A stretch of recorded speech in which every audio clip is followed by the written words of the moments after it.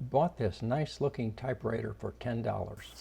Some assembly required.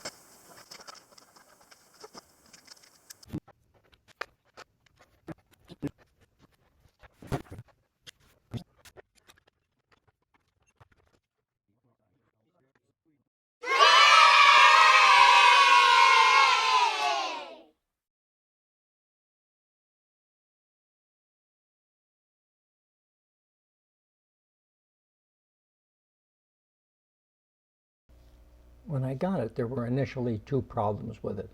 The string on the left is the drawband that pulls the carriage over so that you can keep hitting the space bar and keys.